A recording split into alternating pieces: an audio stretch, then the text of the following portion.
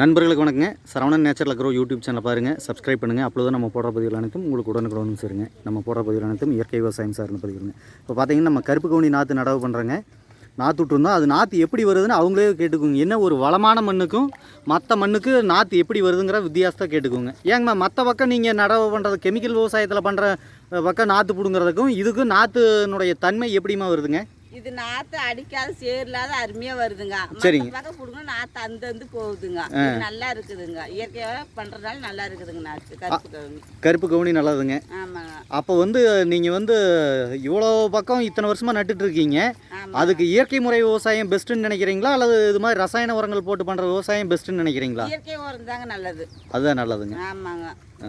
இயற்கை உரம் தான் ஆரோக்கியமாக இருக்குமுங்க சாப்பிட்டா. சரிங்க. நம்மளும் கொஞ்சம் நல்லா இருக்குமுங்க. நாங்களும் 40 வருஷமாக நட்டுட்டு இருக்கிறோமுங்க. சரிங்க. இயற்கை உரம் இந்த 10-20 வருஷமாக நட்டுட்டு இருக்கிறோமுங்க. சரிங்க. நம்ம இயற்கை உரமே போடுறது இல்லைங்க, ஒன்றுமே பண்ணுறதில்ல. சரிங்க. எங்கே நாற்று எப்படி வருதுன்னு காமிங்க.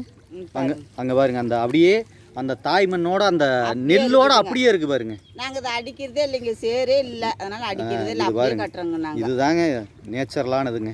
இயற்கை வழி வேளாண்மையில் இதுதான் மிக சிறப்புங்க. அதனால் அனைவருமே இயற்கை முறை விவசாயத்துக்கு வாருங்கள், வரவேற்கிறோம். நம் தேகம் காப்போம், தேசம் காப்போங்க. இயற்கை விவசாயத்தை ஊக்குவிப்போம், நம் மண் வளத்தை பாதுகாப்போங்க, இயற்கை வளங்களை மீட்டெடுப்போம்.